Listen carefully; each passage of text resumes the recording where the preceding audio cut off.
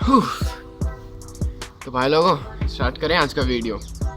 आज थोड़ी यार चिल वाइब रखते हैं, थोड़ी कैजुअली बातें करते हैं। ना मेरे पास आज कोई स्क्रिप्ट है, ना मेरे पास कुछ है, बस एक स्टोरी है, एक इंसिडेंट है और बस नेचर। मैं यार ज़्यादा नेचर में वीडियोस बनाना चाहता था, बट कुछ वर्कआउट नहीं हुआ सही से। नॉइज वाला जो एक इशू रहता है वो आ गया।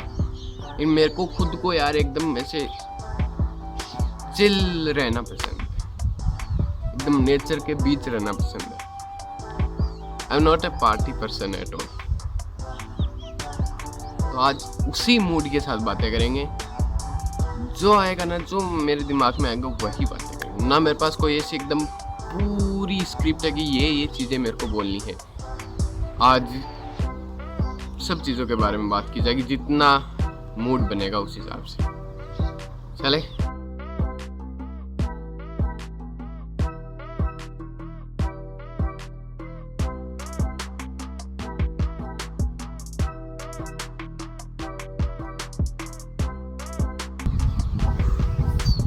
एकदम लोकेशन चेंज करके बातें करेंगे। आप भी बताना ये एक्सपेरिमेंट आपको अगर अच्छा लगा हो तो बताना, क्योंकि मैं ना ऐसा बंदा हूँ जो जल्दी बोर हो जाए चीज़ों से। ठीक है, मेरे को एकदम वैसे पसंद नहीं है कि जो चलता आ रहा था उसको सालों तक चलाया जाए। मैं दिनों में बोर हो जाता हूँ, तो इसलिए मैंने ये सोचा कि ऐसे भी बात कर सकते हैं कि अपन कैसा रहेगा। नेचर की वाइब बहुत कूल होती है, बहुत शांत होती है, बहुत पीसफुल होती है। तो जैसे आपने थंबनेल में देखा है कि यार लिखा हुआ है कि एक इंसिडेंट है जिसने मेरी लाइफ को चेंज कर दी। उस इंसिडेंट की वजह से मैं बहुत चेंज हुआ। अगर वो इंसिडेंट नहीं होता तो शायद ये चीज़ें ना होती, मेरे को ऐसा लगता है।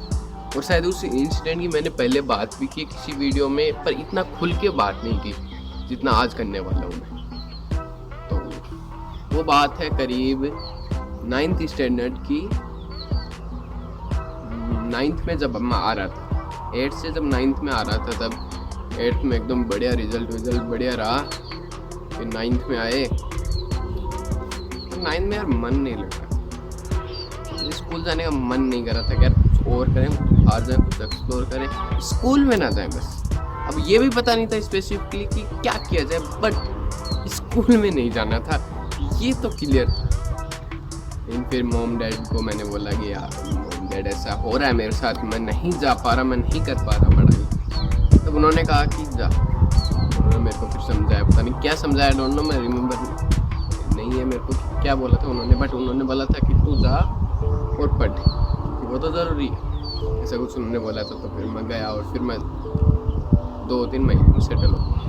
लेकिन उसी टाइम ऐसा लग रहा था कि यार नहीं यार, अब की बार स्कूल की वाइब थोड़ी चेंज हो गई और मेरा भी दिमाग ख़राब हो गया। तो उसी टाइम से मेरे को थोड़े बहुत इशारे आने लगे थे वैसा कुछ कि नहीं यार अब की बार सही नहीं चलेगी। और वही हुआ, ना स्कूल में मन लगा, ना पढ़ाई हुई, ना कुछ हुआ। उसी एक मतलब मैं बोलूँगा एक जिज्ञासा थी, वो एक जिज्ञासा थी खुद के अंदर कि यार ये चीज़ें भी देखें, ये चीज़ें भी देखें, सब चीज़ों को देखने की जिज्ञासा थी। तो मैंने यार यही बात थी कि मेरे को स्कूल से बोरियत होने लगी थी। अब लगने लगा था यार नहीं यार, स्कूल में नहीं जाना, स्कूल में नहीं करना। The thing was that कि I was bored of the school। तो एक सिस्टम होता है स्कूल में जाने का, फिर घर आने का, उससे मैं एक तरह से अलग होना चाहता था। बट अलग तो नहीं होया गया, लेकिन एक जो इंटरेस्ट था ना पढ़ाई में, कि पहले मैं एकदम मतलब, अब मैं अपनी तारीफ नहीं कर रहा, बट मैं इंटेलिजेंट था। 8th क्लास तक मैं बढ़िया 90+ वाला बच्चा था। जैसे 9th क्लास आई और सब कुछ दिमाग में एक हड़बड़ी सी मच गई, यार क्या हो रहा है। उसकी वजह से फिर डिस्ट्रैक्शन भी हुआ ऑफ कोर्स, कि माइंड में आप जब आपका माइंड ही नहीं करेगी, इसमें मन नहीं लग रहा, तो फिर आप कैसे कर लोगे वो चीज़। ऐसे ही चला। जो 8th की जो एक लेवल बनाया था ना, उससे बहुत ऐसे लगा कि डाउन आने लगा। आई नो कि बैकग्राउंड वॉइस बहुत ज़्यादा है, बट थोड़ा सहन कर लो यार। तो थिंग वाज दैट कि मैंने उससे एक बहुत बुरी चीज़ जब मैं पढ़ाई में अच्छा नहीं होने लगा तब यार ऐसे होने लगा कि नहीं, मेरे में दिक्कत नहीं है, जो टीचर मुझे पढ़ा रहा है ना उसमें दिक्कत है, वो सही से नहीं पढ़ा रहा इसलिए मैं अच्छे मार्क्स नहीं ला पा रहा। But the actual problem was कि मेरे में दिक्कत थी। आई हैड इश्यूज, बट होता है ना एक बेवकूफ़ी वाला की गलती खुद की लेकिन टालोगे दूसरों, वैसा ही मैं करता था और शायद अभी भी मैं वैसा ही हूँ, आई डोंट नो। बट उस टाइम मैंने ये किया था कि मैं सिर्फ टीचर्स पे ब्लेम करने लगा था कि इस बंदे ने मेरे को सही नहीं पढ़ाया और स्कूल का जो माहौल है वो सही नहीं है। अब उसका मुझे ये नहीं पता कि माहौल सही था या नहीं था, ये मुझे आज तक क्लियर नहीं हुआ, लेकिन मैं उस टाइम ये समझता था कि माहौल गलत था। गलत इन द सेंस कि जैसा मेरे को माहौल मिला था ना हमेशा से कंजर्वेटिव वाला, आपको हमेशा कंजर्व की तरीके से कंजर्वेटिव माहौल में रहे हुए हो और फिर आपको ऐसे ओपनली छोड़ दिया जाए दुनिया देखने के लिए, तो आपको कैसा लगता है, तो वैसा ही मुझे लगा। आई नो कि आप बहुत सारे लोग इस बात से रिलेट नहीं कर पा रहे होंगे, बट ये रियलिटी अगर आप कुछ एज में जाके ये चीज़ रियलाइज़ करते हैं तो जो बड़े लोग वो तो इस चीज़ को समझ रहे होंगे, लेकिन जो मेरी एज के हैं वो नहीं समझ रहे। इन ऐसा होता है,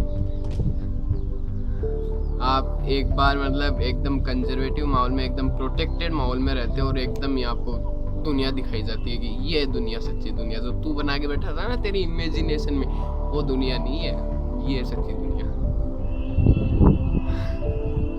वैसा ही हुआ यार, एकदम सब कुछ जो क्या बोलते हैं सपने जो थे ना कि ऐसी होगी दुनिया, ऐसी बना देंगे, वो कहीं ना कहीं नीचे आने लगे। दुनिया तो ये है, जो मैं बना के बैठा था वो तो दुनिया थी नहीं। तो अब ऐसे ही इस तरह से ही हम ब्लेम करते गए टीचर्स को, मैनेजमेंट को कि अच्छा नहीं है और इसलिए हमारे मार्क्स अच्छे नहीं आ रहे। ऐसे करते करते आया दिसंबर का टाइम, दिसंबर 2019। जब दिसंबर का टाइम आया तब आया हाफ ईयरली। आपको पता होगा कि दिसंबर में हाफ ईयरली होते हैं, जो आरबीएसई वाले हैं उनके लिए। सीबीएसई और आईसीएसई में शायद नवंबर या अक्टूबर या नवंबर ऐसे कुछ हो जाते हैं। हमारे दिसंबर लास्ट में होते हैं। दिसंबर में मतलब दिसंबर लास्ट इन द सेंस कि दिसंबर 7 से दिसंबर 24 तक, हाँ तब होते हैं हमारे एग्ज़ाम्स, तब होते थे हमारे एग्ज़ाम। और उस टाइम मेरे को ट्यूशन लगा दिया गया था। मैं ट्यूशन लगा सिर्फ 4 या 5 6-7 दिन गया, उसके बाद एग्ज़ाम आ गए थे तो मैं जाना छोड़ दिया कि एग्ज़ाम की तैयारी करेंगे इसलिए ब्रेक ले लेते। 6-7 दिन गया और ट्यूशन में कुछ खास तो ऐसा 6-7 दिन में क्या पढ़ लोगे आप। एक मेरे जैसे बंदे को यार ट्यूशन में ऐसे मतलब कहीं दूसरी जगह जाने में और वहाँ पे सेटल होने में बहुत ज़्यादा टाइम लग जाता है। तो आप सोच सकते हो कि मेरे को 1-2 दिन तो वहाँ पे जाके सेट होने में लगे थे कि हाँ ये ट्यूशन है और यहाँ पे मुझे पढ़ना है। 6-7 दिन नहीं गया तो इतनी कोई बढ़िया पढ़ाई नहीं हुई। अब होते एग्ज़ाम पर, एग्ज़ाम हुई, बहुत ही लाइफ में सबसे बुरी एग्ज़ाम हुई। इतनी बुरी एग्ज़ाम तो मेरी कभी हुई नहीं। आप देख लो नर्सरी से 8th क्लास तक इतनी बुरी एग्ज़ाम मेरी कभी नहीं गई। मैथ भी मेरे मतलब मैथ में मुझे कॉन्फिडेंस था कि इसमें कुछ बढ़िया आ जाएंगे, नहीं है।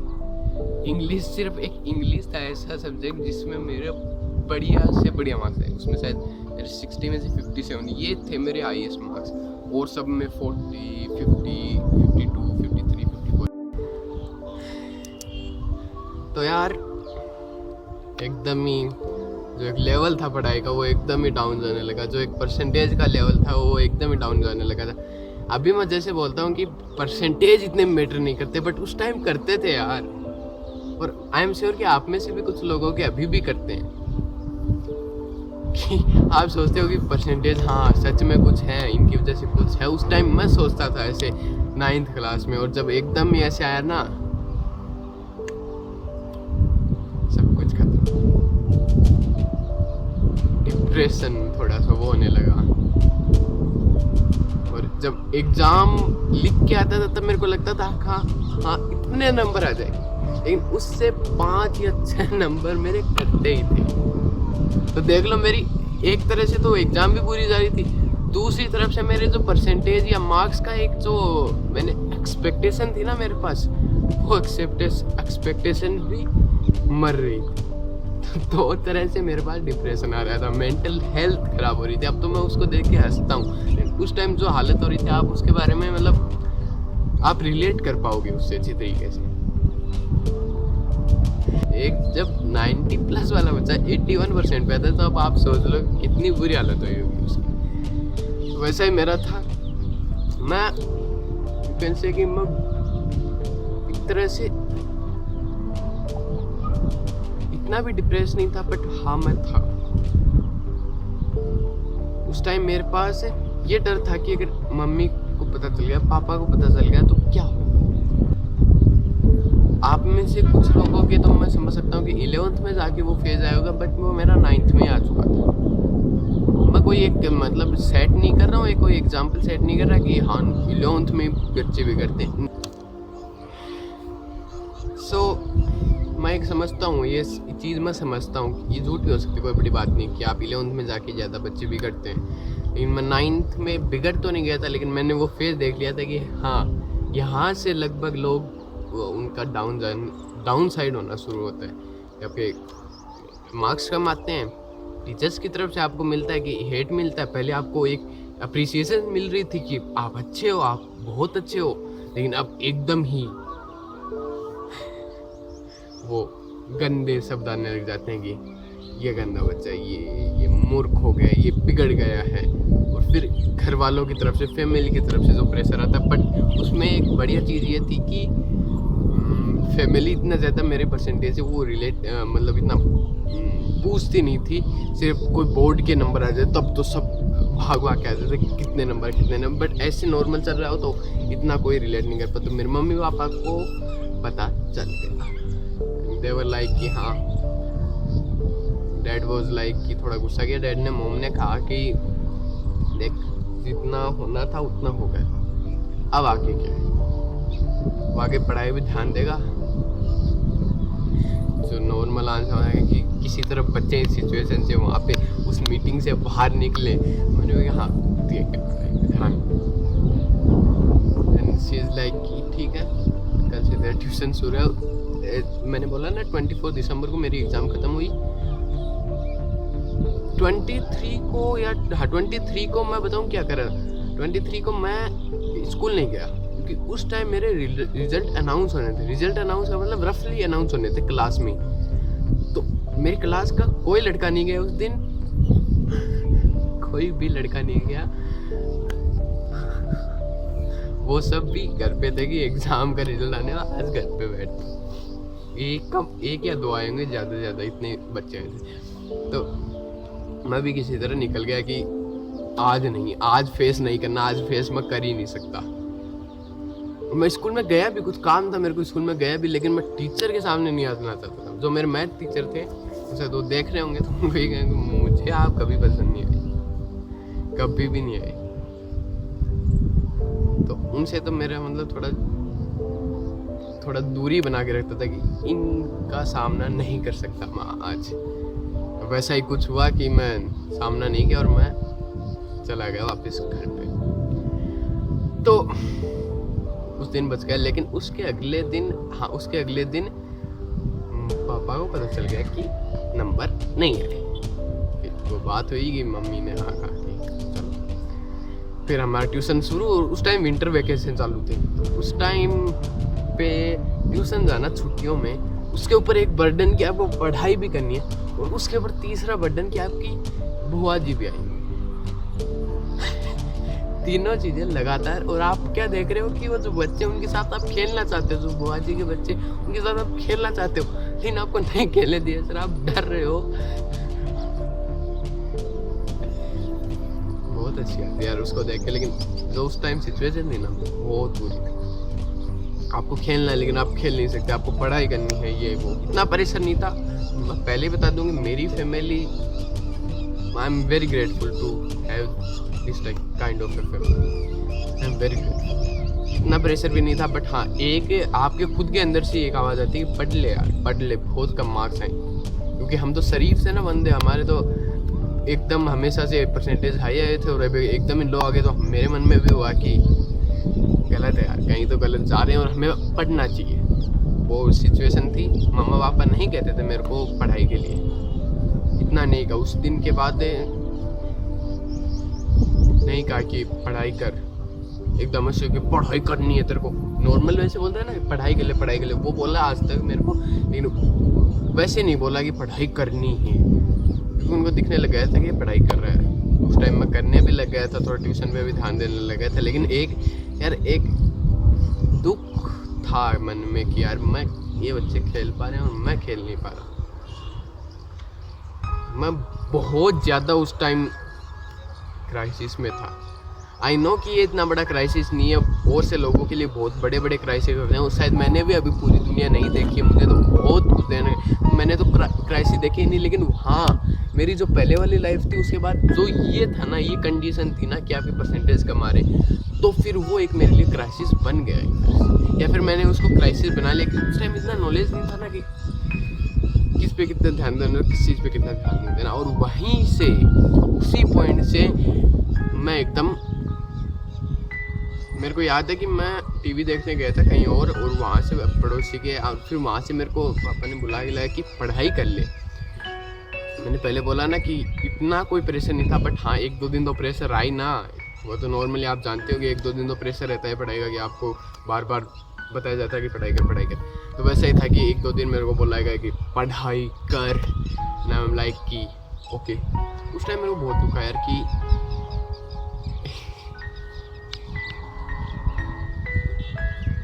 बहुत ज़्यादा टीवी जो इतने दिनों में अभी देखा है, उस पर ये आके बोलना मेरे को बहुत दुख। उसमें मैं ये नहीं बोल रहा कि मेरे पापा गंदे हैं या बुरे हैं, he is a very nice guy, I am telling you, he is a very very nice guy. But उस समय बहुत दुख हुआ यार, टीवी से उठा दिया गया। उस टाइम टीवी बहुत बड़ी चीज़ होती थी मेरे के लिए, कि मैं टीवी देख रहा हूँ और बीच में मुझे कोई डिस्टर्ब करे। मैं बोला ना कि मैं बहुत कंफर्ट जोन में रहा हूँ बचपन में, एकदम कंफर्टली मैंने चीज़ों को देखा है। एकदम से ही आपको टीवी के लिए मना कर दिया जाता है और पढ़ाने के लिए कह दिया जाता है, तो उस टाइम बुरा लगता है यार।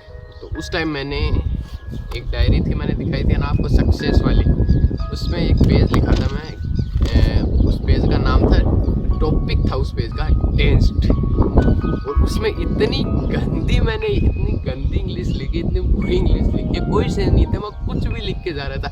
बट उसका मूल सार ये था कि एट द एंड मैंने उसमें एक बहुत गहरी लाइन लिखी थी, लाइफ में अप्स एंड डाउन्स आएंगे, ऐसा कुछ लिखा था, मेरे को अभी याद नहीं। वो आपको एक स्क्रीनशॉट दिखा दूंगा कि उसमें क्या लिखा हुआ था।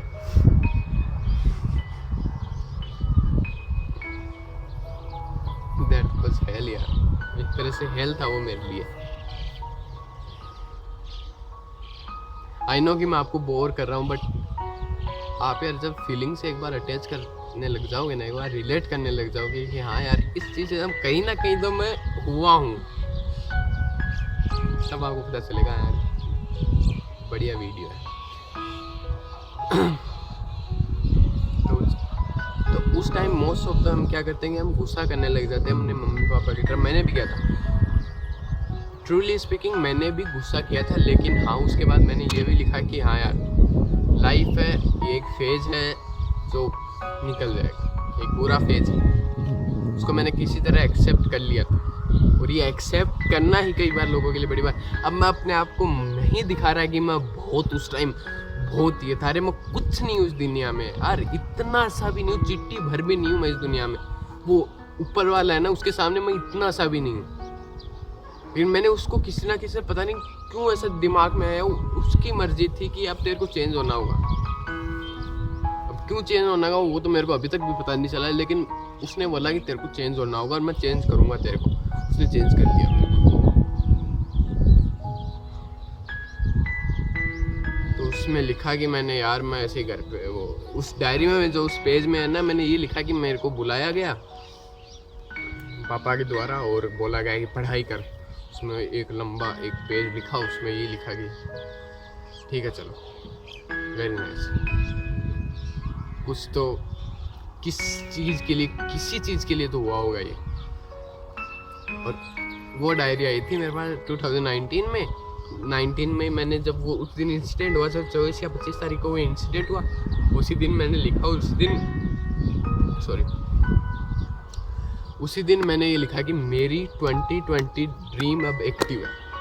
2019 के दिसंबर में इंसिडेंट हुआ, मैंने कहा कि 2020 में फोड़ेंगे।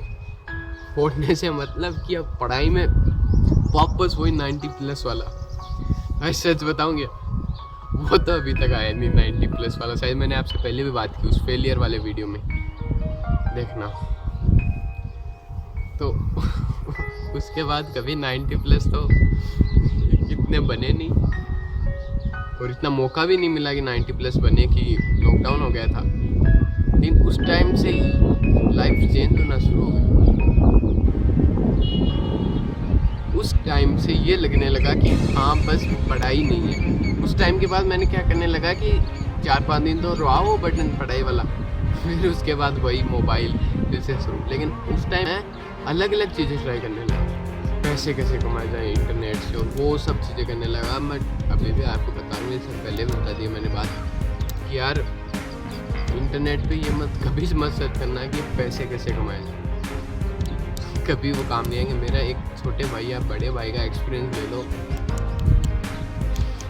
उन सेक्टरों में कभी मत। मैंने शायद उसमें 2 या 3 महीने वेस्ट किए, फिर उसके बाद 2-3 महीने का गैप लेके वापस 2-3 महीने वापस उसमें किया। तो ये मान लो कि 6 महीने मैंने उसमें ही वेस्ट किए कि पैसे कैसे कमाए जाए, अलग अलग गेम डाउनलोड करके, अलग अलग साइट पे जाके। बट उस टाइम ये नॉलेज होने लगा कि हाँ इंटरनेट कैसे वर्क करता है। आपको कोई नहीं सिखा सकता कि इंटरनेट कैसे वर्क करता है, आपको खुद ही सीखना होता है, आपको अपने एक्सपीरियंस से सीखना होता है, और आपको वहाँ पे जाके ट्राई करना होता है। That's how it can be learned. That's how it can be learned. इस पे कोई आपको कोर्स बेच रहा है तो भाई वो कोर्स मतलब कि इंटरनेट कैसे यूज करें, क्योंकि जितना एक्सपीरियंस लोगे ना, जितना वहाँ पे आप टाइम इन्वेस्ट करोगे ना, उतना ही बढ़िया। वहाँ पे मैं इन्वेस्ट करने लगा टाइम, देखो बहुत ही लंबा वीडियो होगा आई नो, बट तो वहाँ पे आपको टाइम इन्वेस्ट करना होगा, और वहीं से मैंने इन्वेस्ट करना शुरू कर दिया। ऐसे इंटरनेट वर्क करता है, ऐसे इंटरनेट वर्क करता है। फिर मैंने जाना कि यूट्यूब से भी पैसे कमाए जा सकते हैं। तो वो करीब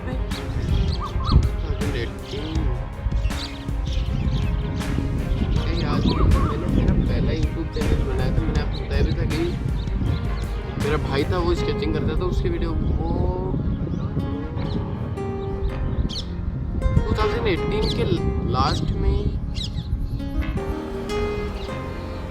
2019 के स्टार्टिंग में, जब वो मेरे को स्टार्टिंग में स्कूल जाने में प्रॉब्लम हो रही थी ना, तो मैं ये काम करने लगा। बोलते ना कुछ मत वाले दिमाग भागता रहता है कि ये भी कर, अब ये नहीं करा तो अभी ये कर। वैसे भाग रहा था मेरा दिमाग, और हम सबका भागता है। टीनेज में हो तो भागेगा ही अपना दिमाग कि ये भी ट्राई करते हैं। अब उसमें ये है कि आपका सराउंडिंग्स कैसे होती हैं। उसमें अगर सराउंडिंग्स बढ़िया होंगी तो आपका दिमाग सही जगह भागेगा, और सराउंडिंग्स खराब होंगे तो गलत जगह भागेगा। बट इसका मतलब ये नहीं कि सराउंडिंग्स खराब होनी नहीं चाहिए। अनइंटेंशनली हमारी सराउंडिंग्स कभी खराब हो जाती है, लेकिन वो हमें सही दिशा दिखा देती है। वो गलत सराउंडिंग्स में होके भी हम सही दिशा देख लेते हैं। ठीक है, ऐसे बहुत सारे लोग हैं जिनको मतलब सराउंडिंग्स इतनी बुरी मिली थी, बैड सराउंडिंग्स में रहे वो, कि वहाँ पे उनको सिर्फ बैड एक्सपीरियंस ही मिले, बुरी सीख ही मिली, बट फिर भी वो आज ज़िंदगी में उखाड़ रहे। तो सराउंडिंग्स मैटर करती हैं, जितना चाहो उतना आप अच्छी सराउंडिंग पर रहने की कोशिश करो। बट अगर अच्छी सराउंडिंग नहीं मिल पा रही हैं तो पूरी सराउंडिंग में भी कोई हर्ज नहीं है, बट सराउंडिंग्स आप पर हावी नहीं होनी चाहिए, ये ध्यान रखना। ठीक है, पूरी सराउंडिंग्स में अनइंटेंशनली घुस जाओगे, बट इंटेंशनली कभी मत घुसना, और कभी घुस भी जाओ ना तो उनको हावी मत होने देना। तो अपनी वीडियो डाला, फिर वहाँ से मैंने उसको 2-3 महीने किया, और मेरे को लगा कि हाँ बढ़िया व्यूज़ वगैरह आ जाएंगे, मतलब मैंने बढ़िया प्रसार कर दिया, स्कूल में कर दिया कि ये मेरा चैनल है, ये फिर भी कुछ नहीं हुआ। फिर भी शायद वो आज 45, 45, 46 पर ही है।